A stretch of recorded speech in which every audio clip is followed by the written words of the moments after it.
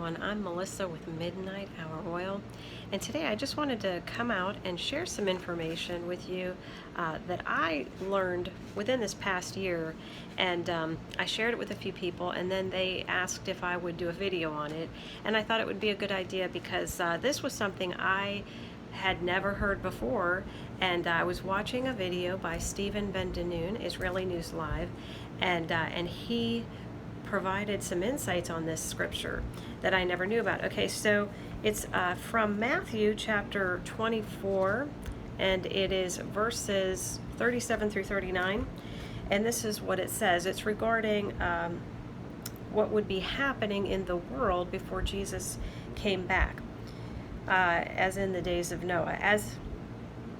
Okay, so starting with verse 37.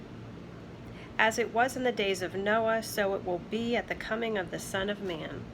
For in the days before the flood, people were eating and drinking, marrying and giving in marriage, up to the day Noah entered the ark, and they knew nothing about what would happen. All right. So Stephen Ben-deNoon, I'm going to play a couple minutes of a video that where he shares what he learned from just going to the Greek meaning of the word eat, and then what the book of Enoch talks about, that the people were, the Nephilim were eating and drinking in the time of Noah before the flood came. And this might be a shock to you all, but I'll come back and talk a little bit more after this clip. Today, and just to share with you, such as here, Frontiers of Anthropology, showing some of the remains of the giants that have been discovered in the earth. And not only have they discovered that, but we see also in China, Science Alert, bringing out the article here, the ancient remains of 5,000-year-old giants discovered in China. They've been discovered in Greece, they've been in North America, Saudi Arabia, all over the world. It's a very serious situation. It's even more serious that they're returning. But as the days of Noah were, so shall also the coming of the Son of Man be. For as in the days that were before the flood, they were eating, drinking, marrying, and given in marriage, until the day that Noah entered into the ark. Now, we know this because we can see this also in the book of Genesis. A little bit. But we really don't know what they were eating and drinking unless we use the book of Enoch. And what I look at is I research these books that are not considered canon, whether it be the Nag Hammadi texts, the Qumran scrolls, etc. I realize that we have a plumb line. We have the Bible that we have today, but these books often can help fill in those missing pieces or put the puzzle that we're missing back in. Connect the dots, as it were. And in the case here, Yeshua says here that they were eating and drinking, and they were marrying and given in marriage. If you look at this in the Greek language, that eating right there happens to be like gnawing or crunching down, almost as if you're eating flesh and bones. And of course, the given in marriage is prearranged marriage or forced marriage. And that caught my attention. So I decided to take a look in the book of Enoch to get a better picture of what's going on. And we find in chapter 7, and of course, when Enoch describes how big the giants were, that's when you kind of begin to scratch your head and think, really, that's all? But you know, the point is we have to see what were they eating and drinking, and who were they marrying. And as we see here, and they took wives for themselves, and everyone chose for himself one each. They began to go into them and were promiscuous with them, and they taught them charms and spells. Keep that in mind. We'll come back to that. And they showed them the cutting of roots and trees, and they became pregnant and bore large giants. And their height was 3,000 cubits. These devoured all the toil of men until men were unable to sustain them. And the giants turned against them in order to devour men, and they began to sin against the birds, against the animals, and against the reptiles, and against the fish, and they devoured one another's flesh and drank the blood from it. So, I don't know about you, but I know when I first learned what was really going on, that they were eating and drinking flesh and blood, human flesh and human blood, I was blown away. So the reason I want to share this is because I just want to make it really clear that the things that are going on before the church is taken out of here are not going to be normal. In fact, in Matthew 24, verses 4 through 8 and 10 through 12, Jesus prophesies of the things that are going to be coming before he returns. These would be known as the birth pains. All right. So verses 4 through 8 of Matthew 24 says, Jesus answered, "Watch out that no one deceives you. For many will come in my name, claiming I am the Messiah, and will deceive many. You will hear of wars and rumors of wars, but see to it that you are not alarmed. Such things must happen, but the end is still to come.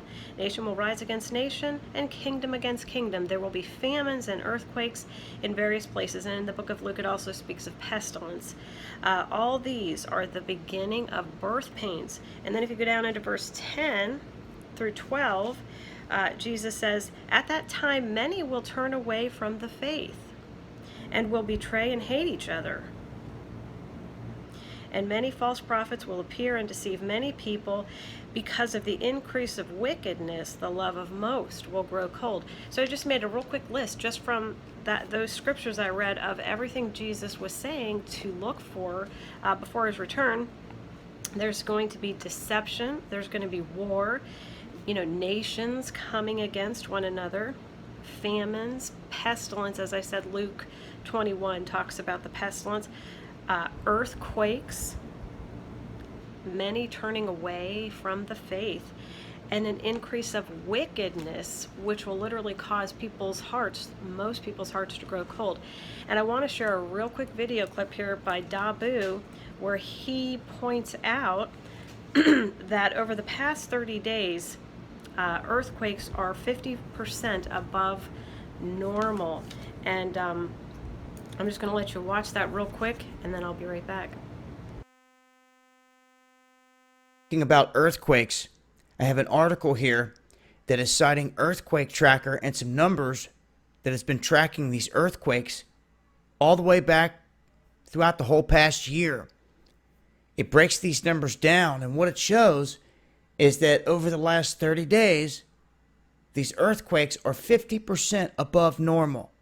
You can factor in also some of the bigger quakes that we've seen, but there's been quakes at Venezuela, Fiji, Italy, Vanuatu. In North America, significant quakes have struck and rattled areas like Oregon, Alaska, the west coast of Mexico. We just seen some odd quakes in Colorado, and they keep popping up here and there across the globe in different places with higher magnitudes than normal. So the numbers are now reflecting this. If some were suspicious of this, well, the numbers are saying just that. You can see here, Alaska, magnitude 6, striking along this ridge. I talked about this ridge in my last earthquake video, running all the way down through here. And in terms of deep earthquakes, the biggest one that they have listed is an 8.3, struck right here in Russia. Now, in terms of the numbers of these quakes, in the past 30 days, I'm going to run some of these statistics and what they have listed.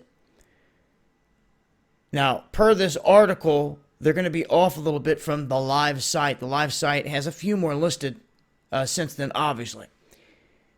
It says of 82,845 earthquakes of magnitude 1.5 or greater over the last 365 days, they took that and divided that down. And by the way, that's a large number.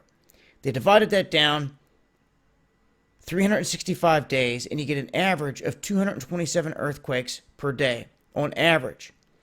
And then you multiply that out by the 30 days, you get an average of 6,810 earthquakes per 30 days over the last 12 months.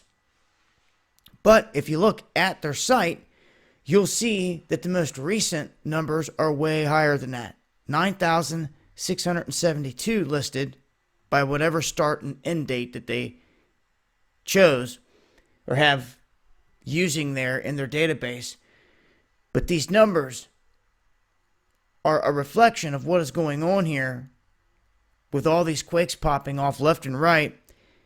I don't know about you, but I found those statistics to be shocking, that the earthquakes that we're experiencing are 50% above normal.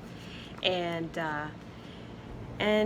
so when you look at the big picture, when you look at what the true meaning of the eating, drinking, giving in marriage means, and you think about Hollywood. I had done a video about a year ago on Hollywood promoting cannibalism. We know what's going on among the elites, the eating of human flesh and drinking of human blood. It's been going on for a long time, but it seems like they're getting to be more and more brazen about it, open about it. You look at all the warnings Jesus gave of what to expect right before his return, these birth pains, and we are seeing them unfolding. I mean, we see, you turn on the news, you hear about wars, you hear about rumors of wars.